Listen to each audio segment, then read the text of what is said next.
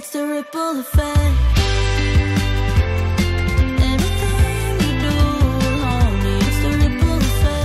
Vissa skulle nog kalla henne jobbig, andra skulle kalla henne modig och hon själv skulle nog säga, jag säger bara sanningen. Häng med upp till Katrin Zytomierska.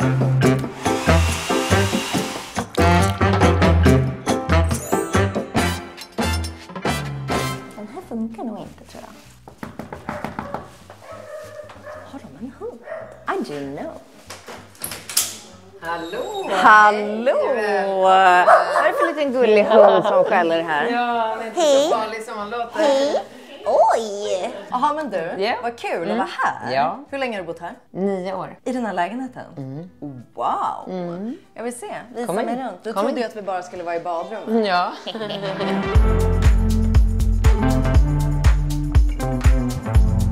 Men 9 år, då var du då tillsammans med... Jag flyttade hit efter att jag separerade med Bingo. Okej, och så bodde du och vad hette... Alex. Så ni bodde här då tillsammans, just det. Och... Jättekort, alltså 1 år. Okej. Och sen flyttade han ut. Tänker du att det här är ditt forever? Ja. Ja, det är det. Ja. Ja, alltså att killarna är ju lite så här halvnöjda nu att jag har ju bara 2 extra rum. Så Ringo 1 rum, Rambo 1 rum och Falke bor fortfarande med mig. Just. Så än så länge funkar det för Falke vill bo med mig. Men om 2 år vet jag inte. Jag kommer väl typ få sova på soffan. För att jag tänker det går så jävla fort och så kommer Ringo liksom flytta ut. Och... Ja, det är sant. Hur gammal är de nu? Alltså han är 15. Ja. Ja, men gud, ger det 3 år Exakt. så flyttar ju han. Ja, precis. Och jag kommer aldrig kunna hitta en mer fantastisk lägenhet än det här och bo själv i. Nej. Men den här köpte du då? För 9 år Det här är en hyresrätt. Det är en hyresrätt. Så jag bytte till med den. Fan, underbart. Och perfekt nu när räntorna och allting har varit. Alltså då har ju du ändå haft en hyresrätt. Då har inte du påverkat så mycket, Alltså eller? jag har ju ett hus också. Ja, just det. Ett landställe. Jag har ett hus, jag hade en lägenhet i Marbella. Men vart är huset? Är det ett I landställe? skärgården, ja precis. Så det ligger på en ö mittemellan Vaxholm och Värmdö. Ja, just det. Så vi kom precis hem därifrån igår. Det är därför lägenheten är helt tom. Jag hoppas inte du ska öppna mitt kylskåp. Jo, det är ju också Alltså det är tomt. Men det är tomt. Ja, det är tomt. Landstället köpte jag och Bingo tillsammans för 15 år sedan. Och så hade vi det tillsammans i många år och sen när vi separerade så bestämde vi att vi skulle liksom bara dela på det och fortsätta ha det tillsammans eftersom vi har ju aldrig varit ovänner eller bråkat så. Men sen så blev tomten bredvid till salu. Så då köpte jag ut Bingo och så köpte han tomten bredvid. Så nu har vi liksom en varsin tomt. Just det, min mamma kommer hem till killarna. Ni märker inte ens att mina barn är hemma. Nej, vart är de? Ska ni vara där ute på landet i sommar? Ja, nu måste jag vara i stan lite för att de 2 stora killarna har så mycket fotboll. Alltså hur fan får ni ihop livet? Nej, det är ju jättesvårt. Har du någon liksom gemensam kalender? Eller? Ja. Eftersom att det är 2 papper också. Ja. Jag tänker att det måste vara helt jävla snurrigt. Och när de blir äldre och har aktiviteter. Ja, men alltså den lilla Falke är ju inte så mycket med. Och Falkes pappa är ju en extremt ordningsam person. Så det där, precis. Så där vet jag ju liksom att kommer ut ett mejl eller ett sms från skolan om att det är någon aktivitet, då vet ju jag att Alex får det, tar till sig det, läser det och gör det. Så där är det mycket lättare. Där är det ju typ ingenting. När Falke går till sin pappa varannan vecka, då kan jag släppa det helt. Och med Bingo får jag ju liksom hjälpa till och där har vi gemensam kalender där vi skriver in allting och jag påminner honom och sådär. Som att han missade, vad var det? Student? Han missar alltid allt. Nu senast missade han ju skolavslutningen. Men du har lärt dig genom åren. Eller blir du fortfarande förvånad? Nej, jag blir inte förvånad, men jag blir lika ledsen och besviken. För att han liksom bara inte klarar av och... Nej, jag skiter helt i honom. Det är ju barnen. Jag blir ju ledsen när mina barn är ledsna. Och när jag ser liksom Rambo stå så här där framme i kyrkan och leta efter sin pappa och så är han inte där, då vill jag ju döda honom. Ja, då sitter han på en lunch liksom. Men du, när vi ändå står här i köket så tänker jag att det känns ju som att du är en person som annars har mycket saker här. Ja. Eller hur? Ja. Du är väl väldigt matintresserad? Eller? Väldigt. Ja, och jag lagar alltid mat. Jag handlar aldrig hem mat till mina barn och såna här köptjänster och sånt. Utan jag lagar alltid mat. Jag älskar ju att laga mat. Vi kör aldrig för dåligt. Aldrig. Sånt. Aldrig. Vad har du alltid i kylen annars då? Men jag brukar ha precis allting. Så här, olika typer av kvarg. Och så har de ju, ja men ni såg ju där, alla granolorna, bananer, äpplen, grönsaker, gurka. Och sen liksom kött och fisk och köttfärs. Men när kom hela ditt intresse för det här? Ja men alltså det är en jävligt bra fråga. Min pappa har alltid varit väldigt intresserad av mat och lagat mycket liksom så här, spännande mat hemma. Så att jag har väl blivit Påverkad. Alltså jag vet inte, jag tycker att det är terapi att laga mat. Det bästa som finns när jag verkligen så här vet att nu har jag 3 timmar på mig och bara kan stå så här, hacka löken i lugn och ro och krydda och fixa. Men när kom clean eating till? Drygt 10 år sedan nu. Ja, jäklar. Var det första? Hade du startat andra bolag innan? Ja. Alltså förutom dig själv liksom? Ja, jag själv kom ju efter. Ja. När liksom började din karriär? När blev du liksom känd? Alltså jag skulle säga att jag blev det i samband med att jag var programledare på Idol Eftersnack. Just det. Det var i och för sig före clean eating. Det var det. Och hade du då jobbat med olika sådana tv-grejer eller någonting? Innan? Nej. Hur kom du in på det här? Jag blev tillsammans med Alex Schulman. Han jobbade redan då med radio och skrev ju jättemycket. Och sen vet jag inte hur han blev upptäckt av Tom Davidsson som då drev Stureplansgruppen tillsammans med Vimal. Så de kontaktade honom och frågade om han ville komma och han hade någon så här viktig roll där, någon så här chef över Stureplan.se som de då lanserade. Och Alex blogg hette det nog på den tiden. Den blev ju väldigt, väldigt stor för att han är duktig på att skriva och också för att han skrev väldigt mycket om mig. Och det var liksom allt ifrån att jag inte visste att Capri var en ö till att så här, massor med saker som jag sa och gjorde. Alltså vad han drev lite om det, liksom. Och kallade mig för Lilla K. Och sen blev alltså nyfikenheten och intresset blev så stort till slut. Alla bara, vem fan är Lilla K? Ja, då visste man inte vem det var. Liksom. Nej. Vi vill ha mer av Lilla K. Ge oss Lilla K. Så Alex bara, du får fan starta en blogg själv. Jag bara, okej. Så han startade på så här, Wordpress. Gjorde man då. Så började jag bara skriva och på den tiden var ju jag vild. Alltså jag var helt galen. Det var liksom, jag var helt... att du inte är det nu? Nej, jag är så lugn nu jämförelsevis. Herregud. Så jag började ju bara skriva i liksom precis allt. Det var ju så här, det var jag, Blondinbella och Kissy skulle jag säga som var galna på den tiden. Inga filter, inga liksom betänkligheter. Idag kan man ju inte skriva någonting utan att man får alla de här minoritetsgrupperna på sig och feministerna är ju starkare än någonsin. Men på den tiden var det ju bara, det var vilda västern. Man kunde ju slänga ur så mycket vad som helst. Så det gick jättefort. Jag bloggade i 5 dagar. Först tog Stureplan in mig och så fick jag betalt och sen köpte Finest över mig. Så bloggade jag där i många år.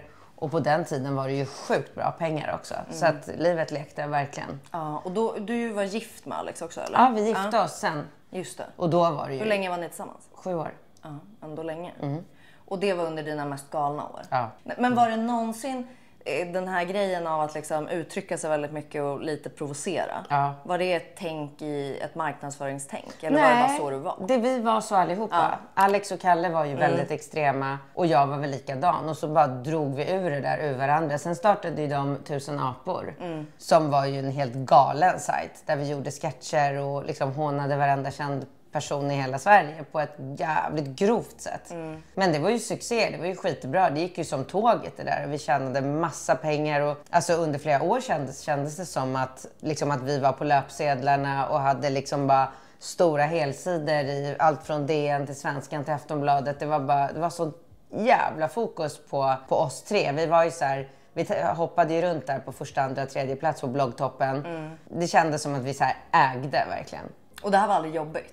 Alltså det var inte att man bara, nej, någon har blivit arg. Jo men Alex är en sån, han blir ju ledsen när någon annan blir ledsen. Jag har inte det där i mig, utan jag tror aldrig att jag har varit med om att någon har kontaktat mig och sagt att jag blev ledsen för det du skrev, eller det du sa. Men på senare år har ju det hänt, eller hur? Eller alltså, det har ju liksom kommit upp grejer.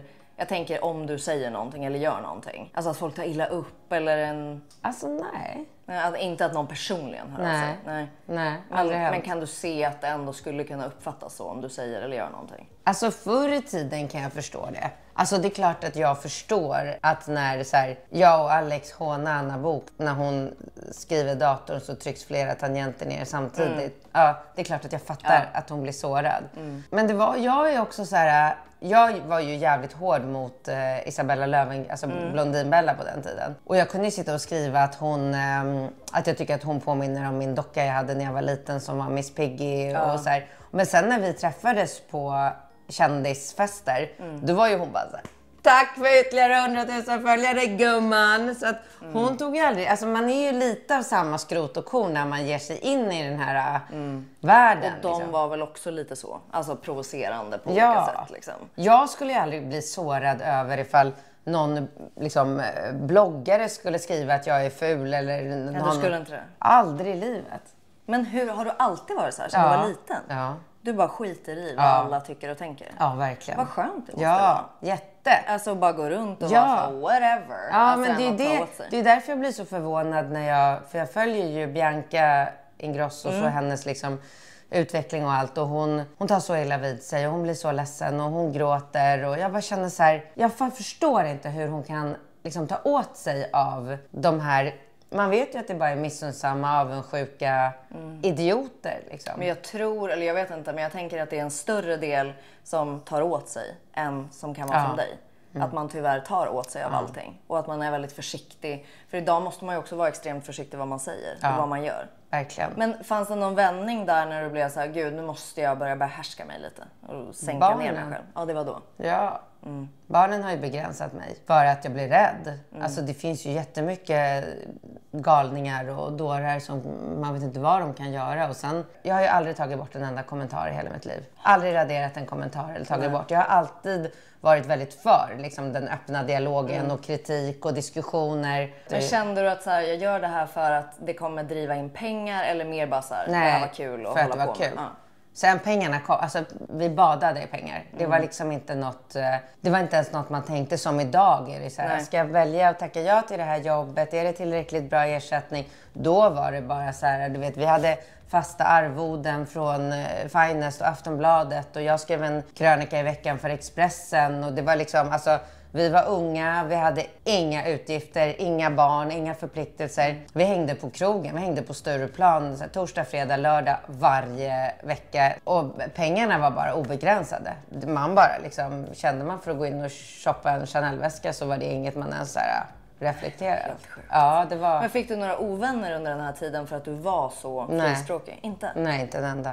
Va? Nej. Det är helt sjukt. Folk tyckte bara det här var helt fine att alla gjorde så här. Ja, men jag tror att jag hade någon typ av finess i det jag gjorde. Att människor som du och jag, alltså jag gjorde allting på ett hjärtligt sätt. Jag satt ju aldrig och var bara elak eller bara så här, nu ska jag skriva en text för att såra den här människan. Utan, alltså det var ju alltid humor. Men typ det då när du skrev om Isabella och Miss Pigg, eller den? Ja, hon tyckte det var skitroligt. Ja, och hon såg det som att det drog upp hennes kanal. Ja. Det gjorde ju det. Hon fick en massa nya följare. Och vart i det här kom vändningen till att det inte längre var bara så, det rasade in pengar och allting var kul? Och var det när du skaffade ett barn då? Nej, det fortsatte. Ja, för då gjorde du och Alex slut. Ja. Efter 7 år där. Då fick jag idoljobbet. Just det, Så efter. Då, ja. Men han är lite bögig också. Lite bögig. Ja, han är lite bögig. Ja, men jaha. Då ska jag se, du ramlar tungan av mig. Alltså det är ingen negativt. Nej. Lite läderhatt på honom, lederhosen. Fast jag tycker inte han är bögig. Vill bara tala om att vi sänder det här just nu i tv också, så att ni tänker på det när ni pratar. Men fortsätt ni gärna. Det är inget fel med bögar. Nej, jag ville bara göra mig uppmärksamma Jag på ska det. försöka svara på frågan. Provokativ tv. Jag kommer ju inte följa manus i år. Nej, för det gjorde hon ju väldigt ofta i fjol. Ett par, 3 gånger skedde det. Ja. Det kommer bli mycket friare i år. Och vad säger jag att jag tänker liksom, spontant? Ja, och sen så blev jag väl ihop med Bingo ganska fort därefter tror jag. Vi träffades genom Bingos Bingos dotters mamma. Ja, just det. Erika. Hon parade ihop oss. Jag var liksom den första vettiga tjejen som Bingo blev ihop med. Det var ett jävla liv. När jag och Bingo blev ihop så trodde ju alla att det var PR-trick. Det stod i varenda tidning. Det var ingen som trodde på att det var på riktigt. Han hade ju bara hängt med liksom blonda bimbos, glamourmodeller. Och så kom jag, och idag kanske jag ser lite mer bimboaktig ut. Men då var ju jag en så här, så här en vanlig, gullig liksom tjej. Ja. Hur gammal var du när du träffade Bingo? 30. Och hur lång tid tog det innan ni skaffade barn då? Jag var gravid 6 månader efter att vi träffades. Och här någonstans då började du känna att så här, oj, det här kanske är lite mycket att vara så här, eller? Nej. Nej. Kände aldrig. Nej, men däremot så hade jag ju tappat... Vad tyckte Bingo om att du var så här? Men han garvade, men han är ju en genomgod människa. Han känns ju inte som att han skulle på något sätt provocera någon. Nej, absolut inte. Så i och med att jag inte längre hade det här liksom, planket och muren med liksom, Kalle och Alex, då började jag ju... Ja, men det började ebba ut lite. Jag fortsatte, och jag kommer inte ihåg exakt när jag slutade blogga. Och Jag startade ju en PR-byrå i samband med att jag jobbade med Idol tillsammans med Niklas Ram. Ja, sen blev jag gravid. Och där startade du Clean Eating någon gång? Nej, jag startade Clean Eating efter att Ringo var född. Jag startade Clean Eating på grund av att jag gick upp så sjukt mycket i vikt när jag blev gravid med Ringo. Ringo är störst. Ringo, ja. Är äldst, eller hur? Ja, exakt. Så då efter han var född där? Ja, då kände jag så här har jag en möjlighet att starta en ny eller en affärsidé som inte riktigt fanns. Och då fokuserade jag på LCHF. Ja, och bloggen bara blev större och större och större och folk var helt så här: shit, hon bara käkar bacon och klunkar grädde. Just det, för du gjorde ju det här ganska extremt också ju. Exakt. Så då skrev jag en bok som blev en storsäljare och sen fortsatte jag att skriva böcker. Var det här du också uttryckte att du liksom tyckte att alla tjockisar var, eller att du hatade tjockisar? Det gjorde jag från början. Och det har du aldrig heller känt liksom så här: oj, jag kanske borde tona ner det lite? Nej, för att jag har alltid haft väldigt tydliga och starka argument. Att jag tycker att att det är viktigt att man ska hålla sin hälsa. Att man ska äta nyttig mat, man ska träna, man ska vara normalbyggd. Sen har jag ju medvetet valt liksom orden som provocerar. Så jag har ju sagt tjockis istället för överviktig. Jag har alltid sagt att jag bantar och inte tänker på vad det är. Nej, exakt. Men jag har alltid haft, alltså om du säger så här, 90% av alla tjockisar var ju alltid med mig. Och ja. Så det var ju bara en pytteliten klick människor som var så här: hon är vidrig. Men de flesta var ju så här: för fan vad du är grym Katrin, som bara säger så som det är. Och de flesta av de här människorna blev ju supertaggade och triggade. Jag undrar, för kommer du ihåg där Du är vad du äter? Hon Anna Skipper. Ja, har du sett det? Ja. Oj jäklar du, det här var svallig. Oj. Och jag tänkte så här, för Hon drar mig i... Ja, men, och jag såg ju det alltså då. Och då tänkte jag inte hur det lät. Nej. Men när du ser klipp idag. Ja, herregud. När hon typ är så: jag har en lilla tjockis, ska du verkligen äta det? Alltså det är ju ett sjukt sätt ändå mot hur folk pratar idag. Ingen hade vågat sagt så idag. Ja, jag vet. Så om du hade gjort det med Clean Eating idag, tror du det hade funkat? Alltså om du hade uttryckt dig som du gjorde och allting, hade folk hoppat på det här, hade du bara blivit helt cancelled i det? Jag tror nog att jag skulle kunna göra det på samma sätt. Alltså kanske inte riktigt så extremt. För till och med jag som har en sjukt hög ribba höll fan på att smälla av när jag såg det här nyligen. När hon liksom, jag står och ser ut så här. Jag är verkligen en normal byggperson. Jag är inte i närheten av att vara tjock på något sätt. Och hon liksom tar tag i det här och bara: det här ska väl inte vara här. Varför var du med där? Nej, men det var så här kändis-edition, så det hade inte att göra med att jag var överviktig. Men Clean Eating finns fortfarande. Ja, du startade det för 10 år sedan. Sen gick det i konkurs och sen... Konkursen var ju nyligen bara. Och konkursen var ju på grund av att jag fick ju alla de här böterna. Exakt. Ja. Så jag fick ju bot från Konsumentverket på 1,2 miljoner. Och sen fick jag en bot för att jag använde mig av en ABBA-låt i en story. Ja. Så att alla de böterna gjorde att min ekonomi kollapsade. Så då blev jag tvingad att gå i konkurs och så köpte jag upp konkursboet direkt. Just det. Så det fanns inte i 10 dagar och sen var vi tillbaka med allt igen. Det är så sjukt att man kan göra så. Ja, det tycker jag också. Det blev jag väldigt glad när jag fick veta att man kan göra så. Fullt lagligt och... Ja, det gör ju folk till höger och vänster. Och det ser likadant ut, va? Ja. Eller hur? Jag ser någonting här. Ja. Vad var din första produkt du gjorde? Första produkten jag gjorde var ju Chunkin, den här. Aha. Men det var ju för att jag var så insnöad. För 10 år sedan? Ja, för att jag var så insnöad på LCHF. Ja. Så det här är ju en müsli utan kolhydrater. Det är bara frön och nötter, kokos. Så den här gick jag ju ut starkt med. Att den här kan man äta hur mycket man vill av med liksom fet yoghurt. Och fortfarande vara i ketos och hålla LCHF. Men idag kör du ingen LCHF? Nej, idag kör jag ingenting. Nej. Jag äter ju nyttig mat. Så att jag äter ju fortfarande inte pasta och socker. Men bolaget bygger fortfarande på då hälsosam mat mer? Ja. Allting är ju sockerfritt och glutenfritt. Och idag har ni hur mycket produkter som helst? Ja, vi har ganska mycket produkter nu. Ja, kunde produkterna eftersom konkursen var så kort tid, kunde produkter fortsätta stå på hyllorna och sen kunde du bara, alltså inget behövde förändras? Nej. För jag tänker, du har ju på jättemånga mataffärer till exempel. Så det bara fortsätter. Fasen vad spännande. Du har ju också massa kosttillskott och grejer antar jag här. Nej, alltså Eller? jag har ju den här har du fått av mig. Har du börjat prova? Jajamän. Har du? Ja. Hur känns det? Men jag vet inte, jag har gjort det typ en vecka. Ja, men du kommer känna. För jag är ju helt inne på den här NAD plus-grejen. Och det är ju här i. Eller Den här NAD produkt- kanske bara heter. Nej, det heter NAD plus. Det här är ju ett annat sidoprojekt. Så det här har ju inte med kliniking att göra. Ja, det är ett annat företag. Nej, som jag har tillsammans med en brottare som heter Jimmy Lidberg. Så vi två lanserade den här produkten nu och den går ju sjukt bra. Det är jätteroligt att vi liksom gled in med att den blev klar precis när svenska människor börjar fatta så här, NAD, det är tydligen något man ska... Det är ju jättenytt. Svinbra. Ja, det är nytt och det finns Eller det är ju jättestort utomlands, men i Sverige. Ja, precis. Men, och det här är då en samling av olika vitaminer? Och här har vi liksom tryckt ner allt egentligen förutom omega-3 som man inte kan pulverisera, det härsknar. Men annars har vi alla grönsaker, vitaminer, magnesium, kollagen, probiotika, NAD, resveratrol, alltså biotin för hår, hud, naglar. Allt har vi liksom tryckt ner i det där pulvret och det är helt fantastiskt. Så nu kör du bara pulvret? Nej. Jo, jag trodde du menade kliniting. Nej, det är ju min huvudsyssla. Exakt, men du kör inga kosttillskott? Nej, jo, omega-3. Ja, för det såg jag. Har du liksom överfört det här på dina barn? Alltså hela hälsotänket? Jag behövde inte göra det. Jag hade gjort det om jag hade fått möjligheten. Men i och med att båda mina 2 äldsta barn och nu lillen också har ju gått så hårt på fotbollen. Så det har varit mer extremt än vad jag har levt. Jag har ju fått gå på så här fotbollskurser. Så här, hur ska man leva som akademiförälder? Då får man sitta och lära sig så här att på kvällen så ska de äta liksom det här och det här. De ska ha så här många grader i rummet när de sover. Ja, superextremt. Så att, så mina barn är ju så här, de är helt ointresserade av att äta onyttig mat eller processad mat.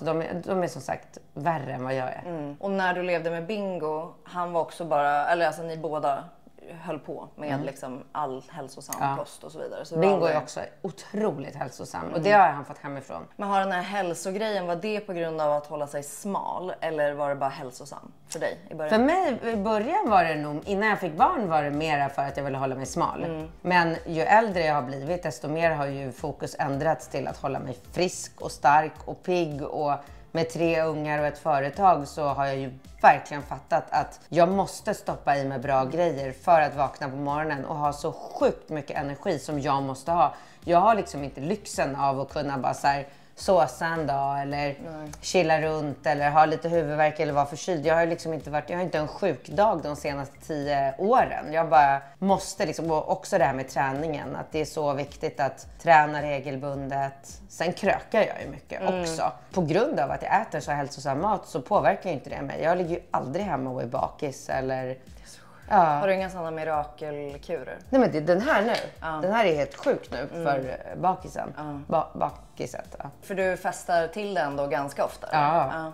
Men det har du väl alltid under hela... Alltid. Alltså, det alltid. Slutade du aldrig med? Liksom. Aldrig. Jo, när jag var gravid. Ja, exakt. Det får vi hoppas. Men har du varit liksom besatt av, eller har du blivit besatt av hälsa? Att du vill liksom ta dig själv till next level hela tiden? Ja, men nu känner kollar jag du så här det. värden och skannar och håller på? Ja, absolut.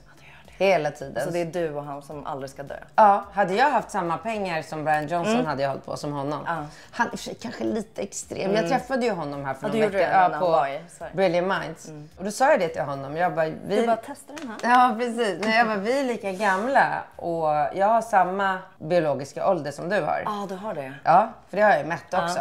Men sen fegade jag ur lite för jag ville ju säga till honom så här, och jag krökar, och jag solar, och jag liksom, för han gör ju ingenting. Han går ju och lägger sig 9 på kvällen och lever ju världens tråkigaste liv. Jag skulle aldrig rucka på livskvalitet. Men så här, jag har ju bra gener också. Min farmor dog förra året, hon blev 100. Så du har det ändå i dig också. Men målet för dig, har det varit att så leva så länge som möjligt? Eller är det mer bara hålla mig inte fräsch? leva så länge som möjligt, men leva så frisk så länge som möjligt. Jag har ju jag tycker inte att mitt farmors liv var ju inte något jag var avundsjuk på när hon var liksom mellan 90 och 100. Men däremot när jag kollar på min mamma eller mina föräldrar som är toppfriska, hur roligt de kan ha med sina barnbarn nu. Det är ju dröm. Ja, gud. Och inte må dåligt eller ha ont i kropp. Mamma hånar ju mig för när jag har diskbråck. Hon bara, gud alltid. Hur mycket tränar du nu? 4 dagar i veckan. Och det är viktigt, förstår jag. Älskar att träna. Älskar. För kicken eller bara för att hålla För det? hur jag mår och kicken efter. Alltså så som man mår efter en löprunda. När man går ner i det här kallbadet. Alltså dröm. Bästa. Har du, för Bingo har väl ADHD? Ja. Inte du? Nej, jag har aldrig kollat upp om jag har någon diagnos. Inget du tror eller? Nej. Nej, du känns ju ändå ganska eller liksom... Jag är väldigt strukturerad. Ja. Och det går ju inte ihop med ADHD-grejer. Jag är ju otroligt... Jag har sjuk framförhållning, jag planerar, jag har liksom stenkoll på precis allting. Och jag har heller inga problem att vara lagledare för någon av ungarnas fotbollslag. Och så kommer ett mejl ja nu vill vi ha Halloween-disco för klass 3B. Då är jag den som svarar först. Jag kan göra. Men sen prioriterar jag ju bort väldigt mycket. Jag tittar ju aldrig på TV. Nej. Jag läser inga nyheter. Men du får ändå reda på de här? Ja, eller håller du dig uppdaterad på något sätt? Nej, det skulle jag inte säga. Sen klart att jag är ju social så att jag får ju höra från människor om vad som händer. Men inte mer än på en väldigt liksom, ytlig nivå. Det drar ner mig också. Jag är en extrem känslomänniska. Jag lever ju på vaknar ju på morgonen, snackar med mig själv. Idag är en bra dag. Idag har jag det här mötet, det kommer gå så jävla bra. Det här är hemma, det är klart. Alltid steget, liksom, tänker ett steg efter. När det här mötet har gått så som jag planerar, då måste jag ha produktionen redo. Redan ringt produktionen, förberett dem på att det här kommer ske. Du vet, det handlar ju mycket om att manifestera och affirmera och bara ha en tydlig bild framför sig hur saker och ting kommer att ske. Då sker det. Men har du aldrig ångest eller en dålig dag? Alltså... Jag har PMS. Ja. Det kan ändå dra ner dig lite. Ja, jättemycket. Jättemycket. Men känner du då någon gång att du är värdelös? Eller att det är...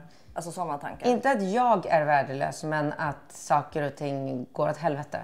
Jag har några dagar varje månad. Och jag vet ju om det. Så att jag tycker att jag borde sluta. Det här är ju över om 2 dagar. Nej, jag är sjukt påverkad av det. Ångrar du någon gång saker du har gjort eller sagt? Alltså att sånt kan etsa sig fast. Att du är fan. Ja, men alltså jag tycker på äldre dagar, eller de senaste 10 åren, så har jag blivit väldigt, alltså jag har väldigt lätt för mig att be om ursäkt. Och så är man ju inte när man är ung och trotsig och ska vara så jävla ball. Då kunde jag ju gå runt och vara ovänner med folk och bara värsta stoltheten och bara jag tänker minsann inte.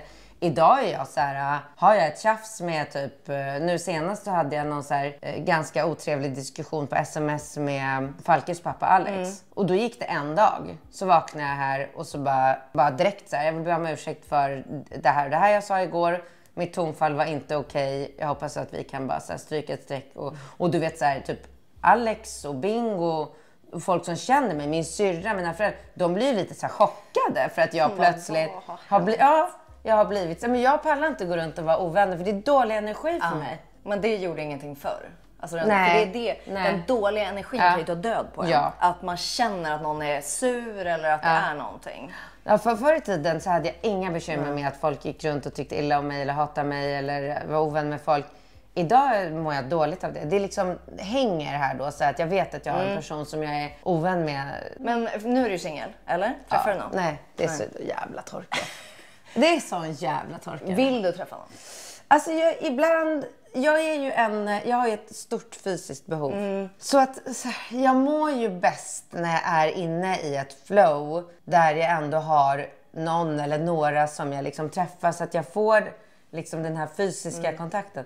Nu har inte jag haft det på länge och jag känner att jag har ett väldigt stort behov av det. Erika, Novas mamma, vi var ju på landet nu för att Bingo fyllde ju 50 i förrgår. Så då var vi alla där och så sitter vi och liksom snackar allihopa och så börjar hon bara du vet, hålla på och kittla mig på ryggen. Jag bara, åh gud, du vet man bara känner sig som en snusgubbe som går och tar massage bara för att få lite närhet liksom. Jag bara, gud, jag måste bara... Så att nu känner jag mig jävligt taggad och pepp för att... Efter hennes lilla beröring. Ja, då men Så att nu har jag ju... Den här veckan har jag barnen och sen från och med nästa vecka är barnfri 2 veckor. Så då har jag faktiskt bestämt mig för att jag ska vara lite aktiv. Alltså jag kanske till och med ska gå ut på den här honch.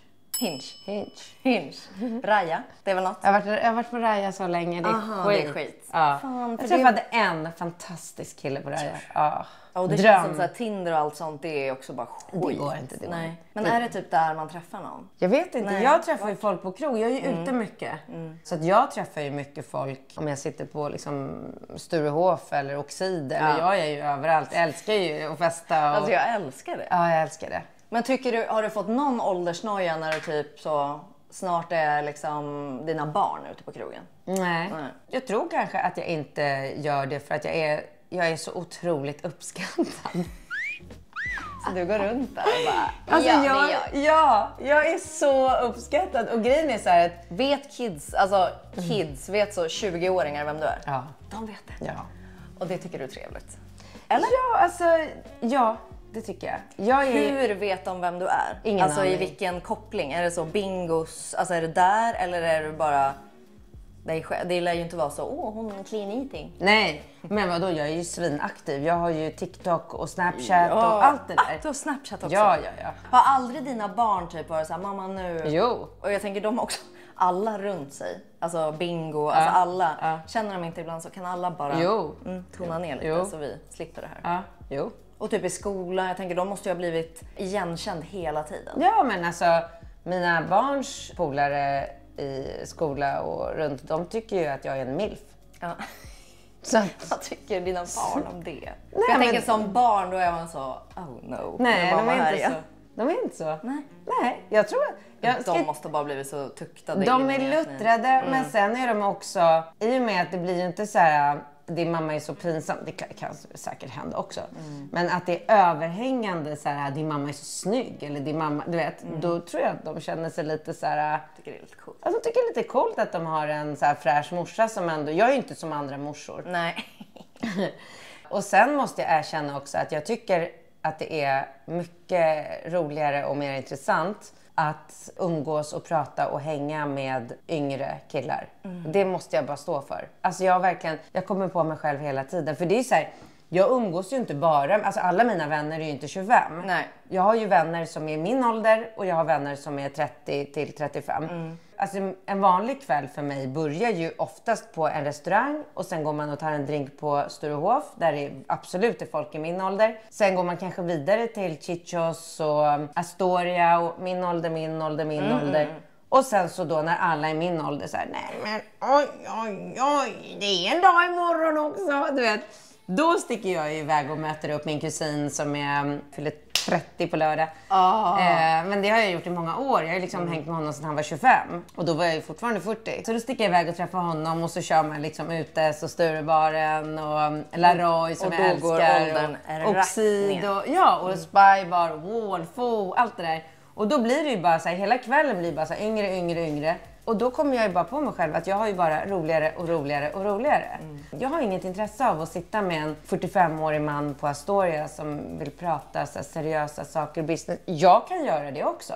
Men hela mina dagar går åt till att jag har möten med 50-åriga män och pratar om seriösa saker. Och jag har min produktion och jag har mitt företag. Och så att för mig är liksom att koppla av och ha semester, det är ju verkligen att stå och garva med en 25, alltså så här, förra helgen var jag ute och mötte en rågullig kille. Du vet säkert vem det är, för det visade sig att alla vet vem man är. Jag visste inte vem han var.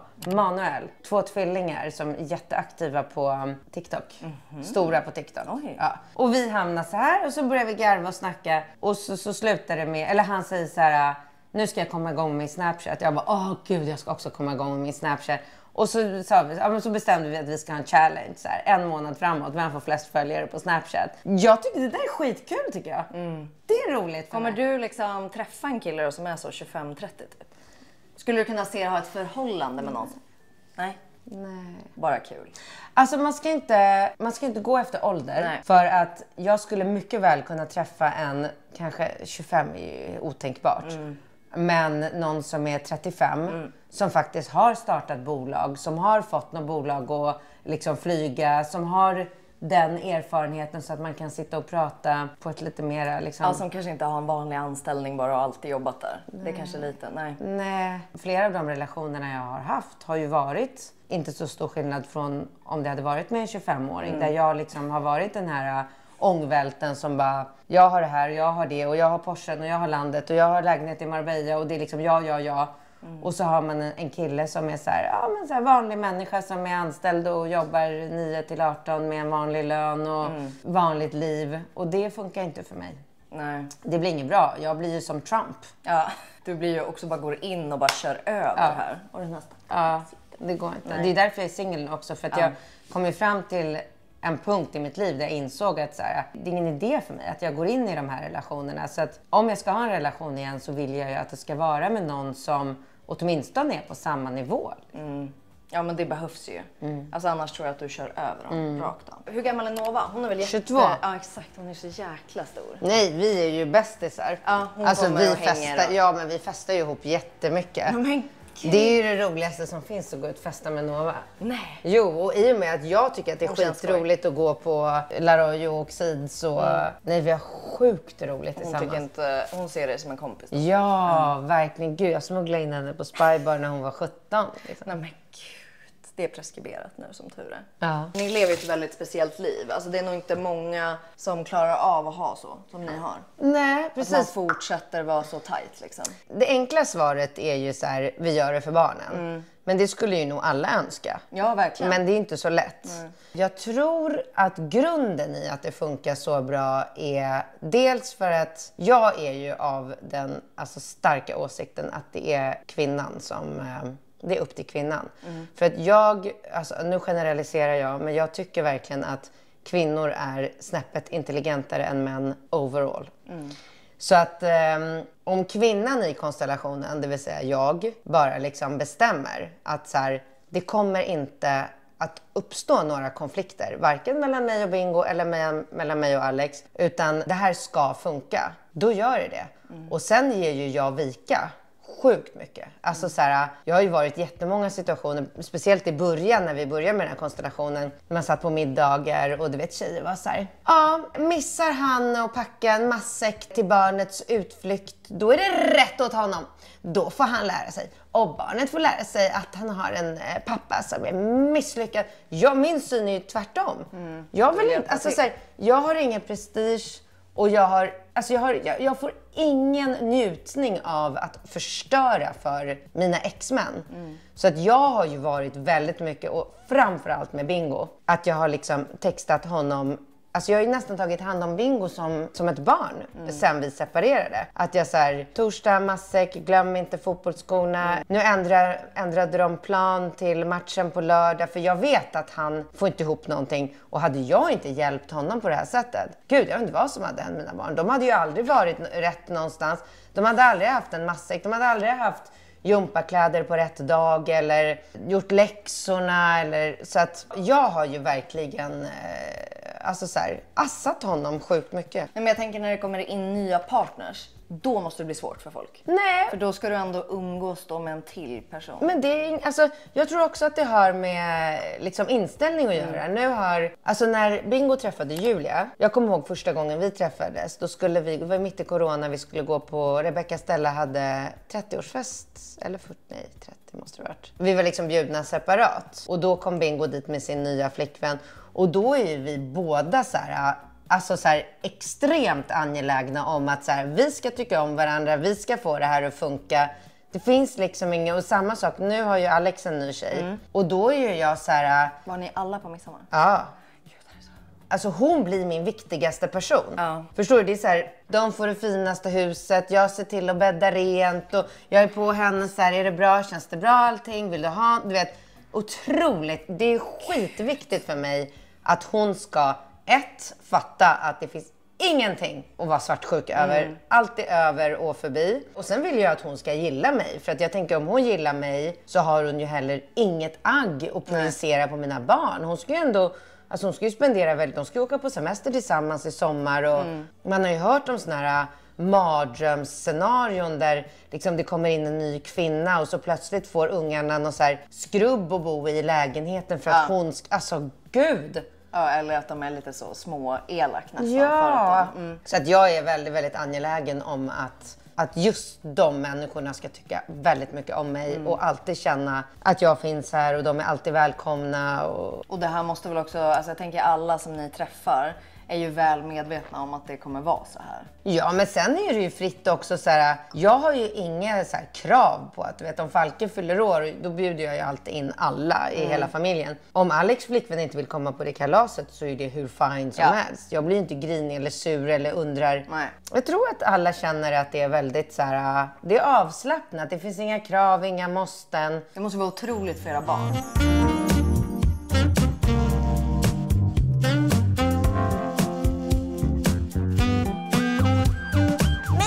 Du är också kvar. Det har man inte hört något ifrån. Hur gammal är... Vad var han hette nu? Ross. Ross. Ross blir 5 i oktober. Oj. Ross, du är jättegullig. Ja, han är gullig. Gillar du inredning och sånt? Jag gillar det, men jag är väldigt dålig på det. Jag har inte en känsla för inredning. Så allt som är gjort här är gjort av en inredare. Då anlitar du ställa någon som gör det. Ja. Det är väldigt coolt. Vad har ni här inne då? Är det badrum? Ja, det var här jag trodde vi skulle. Bara va? Är det här ditt sovrum? Ja. Vi tar en titt i ditt sovrum först då. Gillar du kläder och sånt? Ja. Ni har aldrig gjort någon reality eller någonting sånt? Nej, vi har varit på väg väldigt många gånger och gjort piloter och sådär. Ja, det tänker jag hade varit så jävla kul. Det hade varit skitbra. Ni kan ju göra det fortfarande som olika familjer. Ja, men det finns inte tillräckligt med budget. Alltså, jag har blivit så gammal och bortskämd så att jag skulle ju kräva så mycket pengar för att göra det. Du vet, när man är ung gör man ju saker för att det är kul. Det gör man inte längre. Nej, jag har ju blivit helt... Ja. Var du duktig på att förvalta pengar, alltså som när du var yngre då, när du fick in rätt mycket pengar? Ja. Jag köpte ju en lägenhet i Marbella. Då? Nej, alltså för... Men sparade du mycket pengar förr? Ja, och så köpte jag en lägenhet i Marbella så du kan ju fatta hur mycket jag sparar ihop. Det var ändå tur. För jag tänker det är lätt när man är ung och får in mycket pengar att man bara bränner det rakt av också. Jag brände också, men jag är inte så extrem. Jag kan ju se på som Bianca håller på. Så där, alltså, det finns inte i mig. Att gå och köpa. Nej, det är en helt annan nivå. Men där är en sån nivå pengar också. Ja, exakt. Men jag har inte ett sånt behov alls. Gillar du inga sådana märkesgrejer? Jo, jag gillar allt och jag har allt. Men jag använder det ju så lite. Så idag betyder det inte lika mycket? Nej. Köper du mycket, alltså jag såg här, Sara. Alltså köper du mycket från liksom, kedjor och inte märkesväskor och så vidare? Jo, nej, där väskor har du så köper jag. inkörda väskor i ett hörn. Precis. Bara. Ja, alltså här är de liksom... Nej, men hit går jag ju aldrig. Nej. Kolla, här är ju liksom den här... Jag ser. Den är ju ser helt ny ut. Ja, verkligen. Helt Nej, men jag använder den inte. Och här har du också någon liten YSL-väska. Ja, men det här är bara väskor här. Här eller märkesväskor. Ja, där är också. Ja, allt det här är bara liksom Balenciaga och YSL och Celine och Gucci. Det har du slängt in här. Men det, liksom... men det känns som att det blir mer och mer oviktigt ju äldre man blir. Ja. Eller, alltså när man var yngre så var det så viktigt att man skulle ha något sånt. Och nu bara nej. Vad lägger du mest pengar på? Resor. Jättemycket pengar. Jag reser inte iväg någonstans utan att bo på liksom det bästa som går. Har du alltid varit så? Så är jag med tyvärr. Alltså det begränsar ju ändå lite för att man måste bo så jäkla bra. Här har du ditt nattduksbord. Vad har du alltid här? Fotkräm. Fullt med krämer i alla fall. Det känns som att du är så fräsch person. Ja. Och mjuk. Ja, känn på mig. Ja, men det känns inte som att du har så här öppna hälar och sådana saker. Nej. Jag har inte ett hårstrå någonstans heller. Jag är ju helt len över hela kroppen. Lasrad då? Nej, jag har inget hår. Du har inget? Nej, allt där var fejk. Men vad menar du? Alltså du har inget hår på kroppen? Nej. Hur kan du inte? Det är klart att du har haft hår på armarna. Känn på mig. Ja, men du har väl haft det aldrig. förut? Skämtar aldrig ett enda. Och mina ben är likadana. Jag rakar dem aldrig. Va? Så det är sjukt. Vad sjukt att du ändå fick hår här. Nej, jag fick inte hår här. Men du har ju ändå någon. Nej. Vad menar du? Har du satt in små hårstrån här? Nej, men jag har ju extensions. Ja, men du har ju ändå men här jättelite. Jättelite. Men ändå hur kan man vara så hårlös? Ja, så härligt. Du har alltid varit det. Ja. Och här har vi badrummet. Nu hoppar jag in här för att visa er den perfekta sommarsminkningen som går snabbt och där man har en perfekt grund för en hel dag ute. Och den här delen av videon är ett samarbete tillsammans med L'Oréal Paris. Så häng med nu så ska jag visa mina favoriter. Vi börjar med att återfukta huden med Revitalift Filler Serum. Fylld med hyaluronsyra och i samma serie så har vi deras ögonserum med de här kylda kulorna som tar bort svullnad under ögonen. Och sen så måste vi alltid ha SPF och tänk också på att ta tillräcklig mängd. Och den här är även så fin undersmink. Sen så älskar jag deras Glotion och den här använder jag i den mörkare nyansen som bronzer. Så går jag in med borste och lägger den som ett att se i ansiktet. Sen så går jag in med deras True Match Foundation där jag inte har haft bronzern. Och så bara duttar jag in den för att jämna ut hudtonen. Och sen så älskar ju jag deras blush. De här krämblushen lägger jag som ett V för att få en solkysst känsla. Och den här färgen just blir så här peachy och glowy. Sen de här lätta ögonsticken bara för att få lite färg på ögonen. Och sen så vattenfast mascara alltid på sommaren just för att det är varmt. Man kanske badar så sitter det så bra. Och sen ett plumpande gloss på läpparna. Den här röda färgen tycker jag är så fin. Och alla de här produkterna hittar ni som vanligt länkade under avsnittet här. Vi börjar ju alltid med dusch. Herregud. Så vad använder du här då? Herregud, du har mycket saker. Jag använder ju bara Bobbys där. Ja. Är han din frisör? Conditioner. Ja. Den där Ida Warg blåa. Besatt. Just den färgen. Lukta på det. Jag har typ känt att det luktar det här innan. Alltså som att du luktar det här. Eller du vet, hur ofta tvättar du hår och sånt? Var tredje dag. Ja, för att du har extensions också. Så att... Eller är det mycket eller lite mer? Nej, men jag tänker det är väldigt normalt. Jag tvättar det en gång i veckan bara. Ja, men du tränar ju 4 dagar i veckan. True that. Det är det. Det blir så jävla äckligt om jag går ut och springer. Ja, det är sant. När man gör sådana grejer också så man blir äckligt. supersvettig liksom. Men allt det här då? Alltså det är, du vet ju hur det är. Man får ju hemskickat så mycket. Då bara trycks det upp där. Okej, så det är egentligen Bobby och Ida Warg. Den där är min favorit. Ja, min. Älskar den. Den bara sluff. Och den doftar gott. Ja, den är grym. Trevlig. Ja, för det känns ju som att du smörjer dig mycket. Håller du också på lite med sånt salt i bad och sånt eller? Ja, det gör jag det. försöker. Tycker jag tänker Det mig. där, det är ju vanligt havssalt. Va? Alltså matsalt typ? Ja men typ. Det var ju för att jag var hos en spådam som sa att man ska blanda salt med såna lavendeldroppar. Och så hälla över sig för att rensa. Så du gör det? Alltså i badet typ? Ja, i duschen. Jag gör det någon gång då och då. Liksom. Gillar du sådana spirituella grejer? Ja. Det gör. Ja. Men vad hudvård? Vart har du den? Här ser jag ett givet tema. Det är, vad heter de? Zoe Skin. Ja. Exakt. Jag gillar också dem. Tycker de är skitbra. Men det här betyder då att du går på någon salong och gör behandlingar. För det här är ju ett hudvårdsmärke. Eller hudterapeutmärke. Ja. Du har fått det rekommenderat typ. Ja, Du har alltså, fått det av dem. ja exakt. Så att jag har ju ett samarbete med Zoe Skin. Men brukar du gå och göra mycket behandlingar? Ja. Hur ofta? Alltså det går lite i perioder. Nu gjorde jag ju sån här laxsperma precis. Sprutade in eller? Ja. Men annars så kör jag regelbundet. Alltså de har ju mig i datorn där så att jag får ett sms här. Nu är det dags att fylla på med typ, vad gör jag? Ulltherapy gör jag, Profilo. Har du gjort det någon gång? Nej. Är du för ung? Grymt är det. Men det tyckte hon senast att jag skulle göra. Ja, det är så, alltså det gör så ont. För det går in under ju, det lägger man med sprutan. Ja. Och så plumpar det underifrån på något sätt. Ja. Så det gör jag och sen gör jag ju såklart microneedling, PRP, PRX. Ja, jag gör nog allt som går.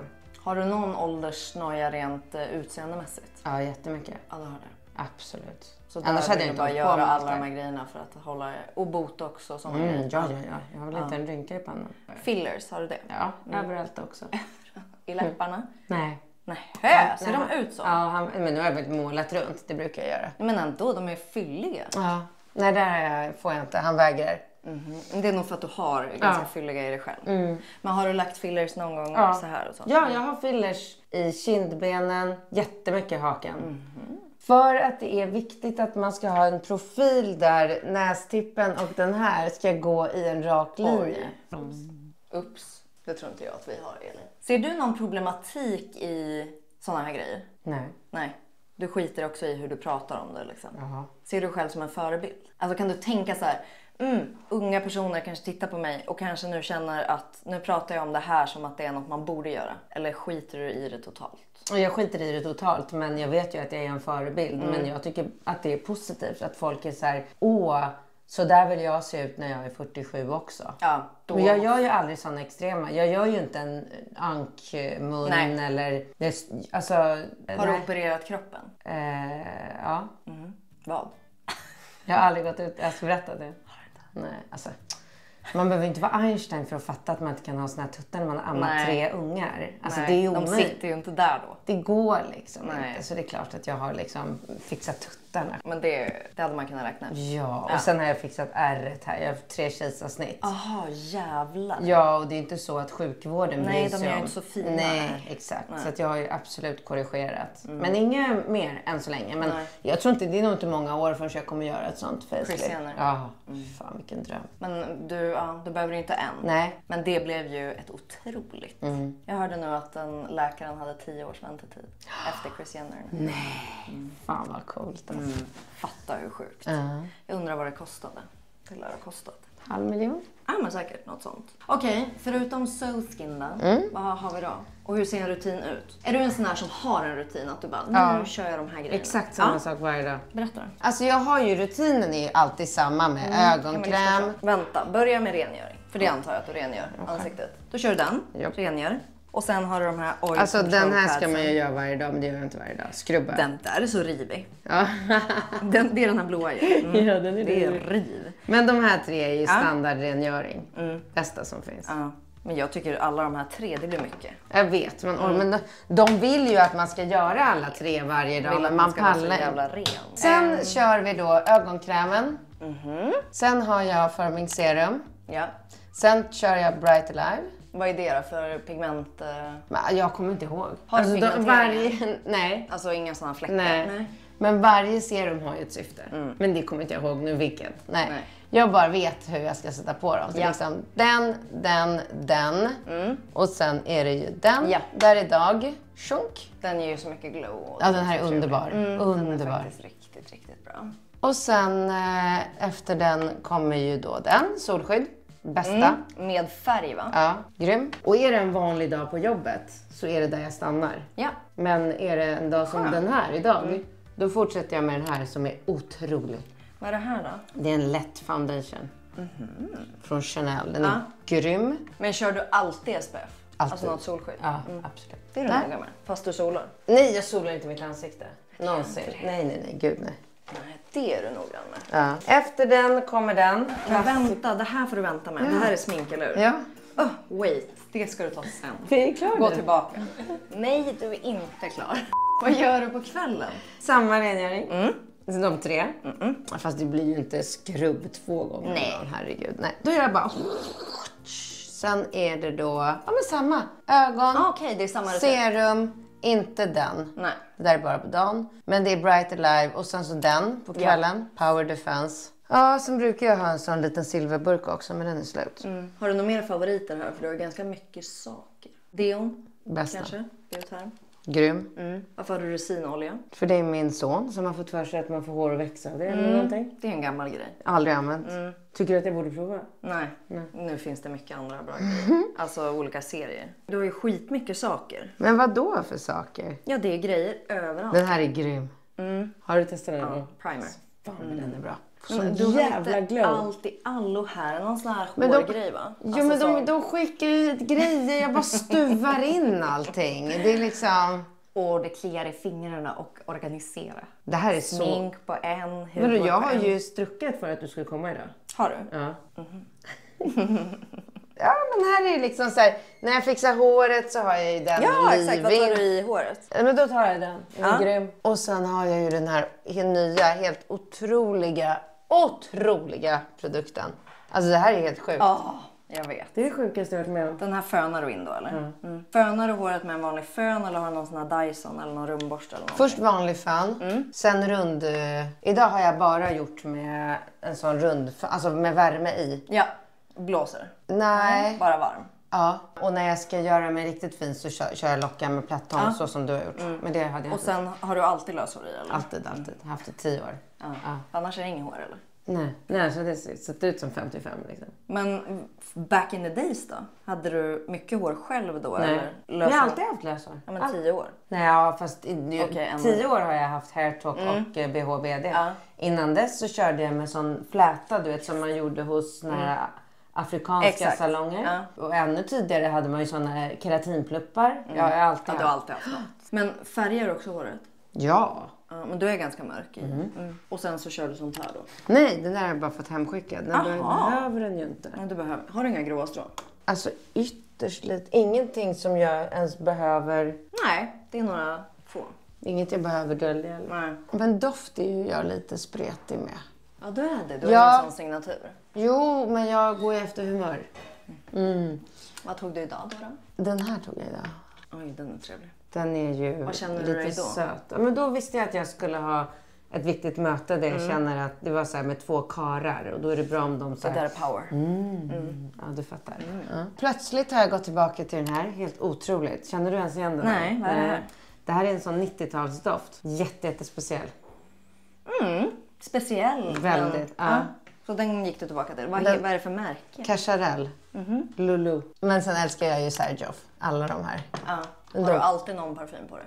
Ja, absolut. Men de är så speciella, de här parfymerna. Jag har ju inga vanliga liksom. Det är ju alltid något. Inga mainstream-grejer här. Nej, jag har kan alltid säga en sig parfym på mig så folk reagerar på. Det känns inte som att du har eller gör något som är för att ingen ska, vad säger man, se dig, märka dig. Den försvinner för fort, men den är nice. Trevlig. Vanilla Diorama. Diorama. De är svinbilliga de här parfymerna. Är de? Nej. Dyra. Nej, de är helt sjukt dyra. Det kostar ju så 3000 styck. Ja. Det är så Ja, det är helt sjukt. Och sen har du lite Cold Cyme och några tabletter där. Har du alltid varit intresserad av skönhet? Ja, det skulle jag absolut säga. Och sen så blir man ju nästan det för att man får testa mycket också. Ja. Det är ju lite kul. Ja, alltså den här otroliga produkten hade jag ju aldrig hittat om den inte kom hem. hemskickad. Och jag bara testade den och bara... Aldrig varit så lätt att fixa håret någonsin. Herregud. Alltså du har ju varit med i den här världen så jävla länge. Funkade det så här med produkter även då? Alltså man har alltid fått grejer hemskickat. Ja, jag har inte lagt en krona på mina barn. Alltså när Ringo föddes hade jag 4 vagnar. Det är helt sjukt. Från alla märken. Folk bara öser saker. Öste. Ja, Jag tror inte att det är så nu längre. Nej, det känns som att det var ännu mer förut. Och det fanns inte lika stort regelverk heller kring hur saker... Man skrev ju aldrig att något var reklam. Nej, precis. Nej. Nu är det ju väldigt noggrant med det. Har du blivit mer noggrann nu? Ja, efter att jag fick en bot på 2 miljoner. Ja. Influencern Katrin Zytomierska måste betala miljonbelopp efter flera reklammissar i inlägg på Instagram. Ärendet började år 2020 då Zytomierska dömdes för dold marknadsföring för sitt eget varumärke. 1 miljon kronor för bolaget och 250 000 kronor för Zytomierska själv. Vad var det du fick den stora? För det var inte ABBA-låten. Nej, det var mitt knäckebröd. Vad hade du gjort? Jag kastade in en knäckeskiva i mikron och så käkade jag den till lunch. Och så... Reklammärkte du inte? Jo, fast där nere. Samarbete där nere. Inte där uppe. Det var inte tydligt nog. 1,2 miljoner. Ja. Stressutslag och sånt här. Så nu jävlar, nu skriver du reklam. Ja, reklam på allt. Bara reklam överallt. Ja. Så kan ingen göra någonting. Nej. Okej, men du, jag tänker vi tar... lägger du några masker och sånt? Eller håller du inte på med det? Nej, eftersom jag går så mycket till salong så... Den här kan jag ju lägga ibland när jag får feeling. Nu ska vara extra snygg. Vilket, för det känns som antingen så är du ju ganska osminkad. Alltså om du bara inte ska göra någonting. Ja. Eller så sminkar du dig ändå en del.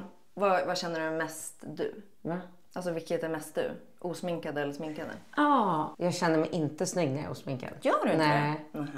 Nej. Men du känner ändå inte att du måste sminka dig för att gå ut? Nej, jo. Gå ut? Nej, men alltså gå ut på gatan? Nej. Nej. Har jag inte ett möte så sminkar jag mig inte på morgonen och tycker det är så skönt. Det känns så jävla fräscht att vara osminkad. Ja. Det är så trevligt. Men sen, och då känner man ju sig ännu finare när man är sminkad. Ja, exakt. Okej, berätta här då med sminket. Hur var den där mjölken? Bra. Eller tror du att den... Nej, jag vet inte. Den har säkert stått i ett halvår. Men det smakar bra. Ja, då så. Eller vad är det här? Vadå? Vad är det här? Är det där mycket? Är det? Gud, har du förgiftat mig? Jag vet inte. Är det mögel? Tror du det? Nej. Vad är det där då? Det är grönt. Va? Trodde du magsjuk? Fan vad tråkigt. Vi börjar med dem. Ja, glow och Foundation. Sen kör vi fixpuder. Ja, den klassiska. Ja, den här har jag haft i 20 år. Efter den kör jag den. Bronzer. Linda Hallberg. Grym. Brynpenna, Lisa. Flott. Den här är bra. Ja, blush. Men testar du mycket då eller är det slump att det är det här? Alltså om du får hem mycket, testar du då, den här är bäst. Ja. Så lägger du Det är inte bara så att så här, ja det här fick jag så nu kör jag den här foundationen. Nej. Så skitgrejer du bara, ja. Så då håller du ändå på att testa lite? Ja, verkligen. Alltså jag har ju sjukt mycket mer smink hemma som jag inte gillar. Den här är grym. Ja, den är jättebra. Lite blurrande effekt. Gillar du liksom att prata om beauty med typ kompisar? Nej, det känns inte så. Aldrig. Nej. Det är inte så att jag har testat en ny grej. Nej. Nej. Det är inte riktigt din grej. Vad pratar ni om då? Killar? Ja. Fester? Ja, mycket jobb. Jag och mina tjejkompisar pratar mycket jobb. Liksom, så här. Hur kan man tjäna pengar? Och... Det är du expert på. Ja. Ögonpenna. Och där har jag fan en från LH. Den här använder jag nästan mest. Är det en kajal typ? Eller? Kajal, YSL också. Det är det eller? Läppar. Vad kör du då? Har du alltid något på läpparna? Ja, men jag kan inte bestämma mig. Läppar tycker jag att det finns så jävla mycket bra. Jag vet. Så att det är liksom, du ser, jag har så här, Kylie, Swede, LH. Kaja, LH. Den här tycker jag är grym. Rebecca. Rebeckas gamla. De tror inte jag finns längre. Här är Kaja, eller såna här liner. Det kör jag bara när jag ska ut på kvällen för att jag vill att det ska fästa. Få lite sexig blick. Ja, lila kör jag ibland. Jag passar otroligt bra i lila. Ja, det gör du verkligen. Har du lärt dig någon färganalys? Kul! Ändå sparsamt. Tycker du? Ja. Eller liksom, det känns inte som att du är jätteintresserad. Här slängde du Aldrig fram. någonsin någon så här ögonskuggor och shadar och contourar och nej absolut inte. Nej, utan men jag kör ju liksom, alltså när jag kör på den, då gör jag ju så som jag ser på Instagram att folk contourar. Så det är ju upp där, runt. Men har du någonting sånt här som du alltid köper igen om du köper något? Jag tror att jag kanske har köpt 100 av den här. Den här är jag besatt av. Är det en läpparna? Det är den jag har på mig nu också. Vad heter den? Vet man det? Sephia. LH Cosmetics. Sephia. Den är så jävla kräm. Den tar jag på hela läpparna. Grym. Gud vad trevligt. Hallå, vi glömde det viktigaste. Vad? Mascaran. Kom, det är bara Varför har du inte den där? Jo, men för att jag har som rutin att jag gör allt det vi har pratat om, det gör jag i badrummet. Och sen så liksom på väg ut så stannar jag här. Effektiviseringen. Och här är liksom min sista station. Så här har jag just nu så kör jag den där, den är grym. Har du testat den? Nej, och varför är den sån här? Det vet jag. Det är för att det är en refill. Vad coolt. Ja, jättebra den här mascaran.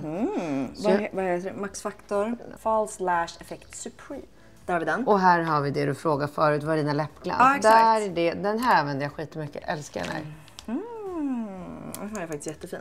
Är du redo för mina 10 snabba? Ja. Morgonmänniska eller nattuggla? Inget av det. Det är så sjugt. Va? Det är så Du vill konstigt. bara sova igen.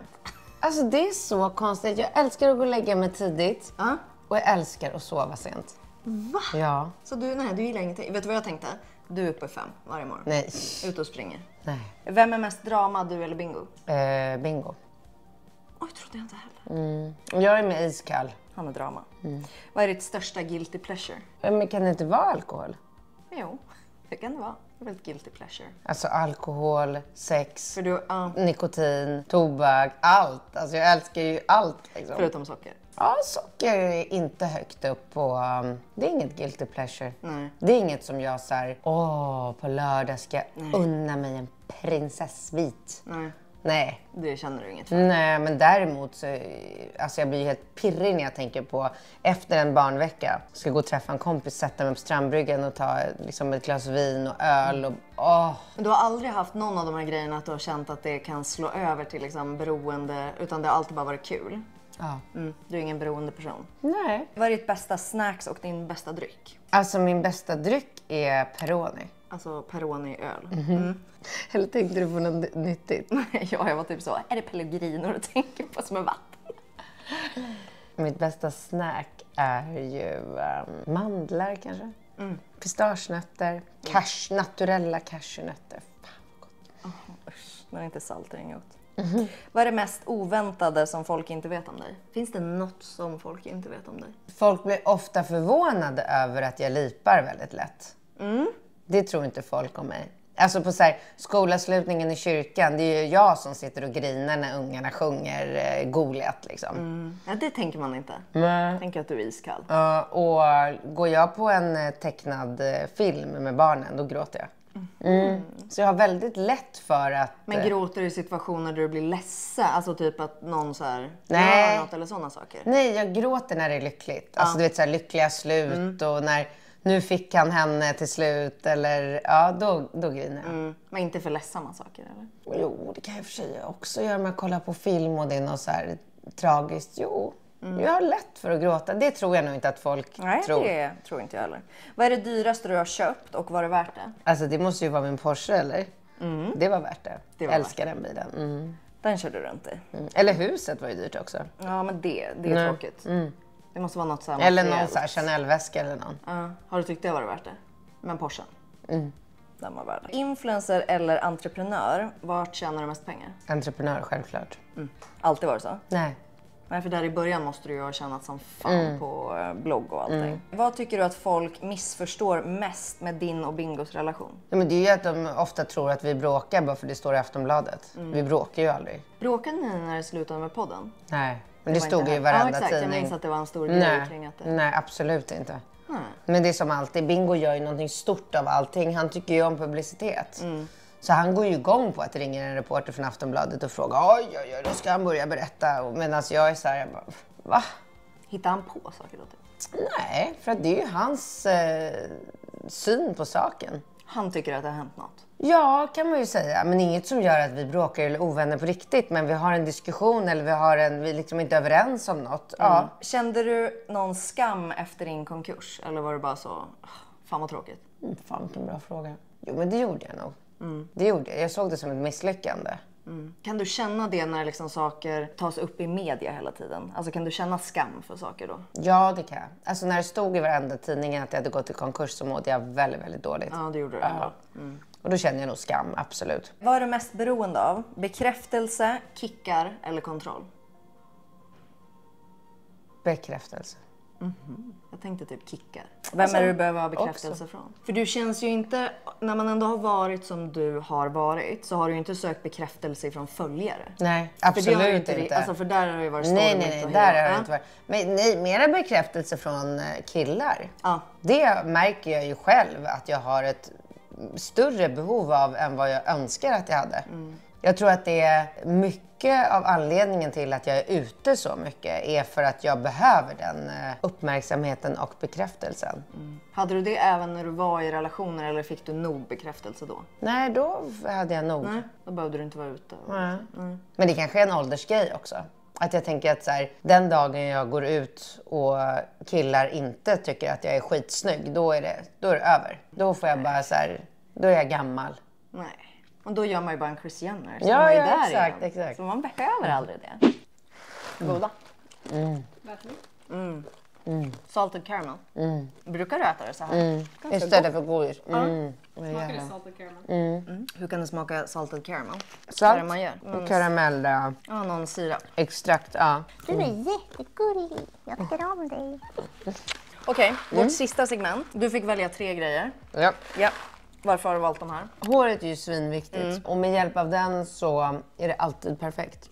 Det är liksom... Glansigt och... Ja, men det frissar sig ju inte av den här produkten. Det är ju helt otroligt. Det här är verkligen wow-upplevelse för mig. Jag är svintorr, så det är asviktigt för mig med ansiktskräm. Och läppar är något jag liksom alltid har på. Du är en sån. Ja, alltid hela dagen håller på med läpparna. Kul. Jag har ju tagit 3 favoriter från dina varumärken. Först och främst det här gröna pulvret. Som var ju tur att det var det i kaffet och inte mögel. Nej, men för jag är en lat person. Alltså jag orkar inte ta 10 000 tillskott. Nej, jag vet. Och så vill jag bara ha något enkelt att slänga i. Men tycker du att det är liksom, är det fel att slänga ner det här i en smoothie? Nej. Förstör man då på något sätt? Nej. Absolut inte. Man behöver inte bara ta det i så tråkigt vatten. Alltså. Jag älskar det ju. Så att det är för mig är det ju så här, jag längtar ju till den där stunden på kvällen när jag ska dricka. Jag brukar göra det i så stort glas som möjligt för att få Vad blandar du med då? Vatten. Ja, du kör bara vatten. Bara vatten. Men det är ju skit, alltså det är många som gör det, både smoothies och även gör sån här chia-pudding. Ja, exakt. Så det är ändå fine att blanda med grejer. Sen de här små fruktisarna. Alltså, Ja. om ni inte har smakat, de är supergoda. Det är som små godis. Sen en annan favorit som jag har ätit, alltså kan det vara sen du typ lanserade clean eating? Knäckebröd. Med Alltså lite sen det avokado kom. typ. Nej, det är så gott. Tonfiskröra. Tonfiskröra? Älskar. Gör du den jag själv Krippa då? gör alltid tonfiskröra. Du och? Krippa, min kille. Han heter Kristoffer. Han kallas Krippa. Och då gör vi tonfiskröra. Och så lägger vi det, han vill alltid ha det i knäckebrödet. Nej, fan vad glad jag blir. Han älskar det. Gud vad Köper alltid roligt. det. Och så lägger vi det. Så äter vi. Så jävla gott. Fan vad kul. Jättekul. Du, nu ska vi avsluta det här så du får springa vidare. Tack snälla för att vi fick vara här och störa dig. Det var bara roligt. Kul. Och tack snälla alla ni som har tittat så ses vi snart igen. Hejdå!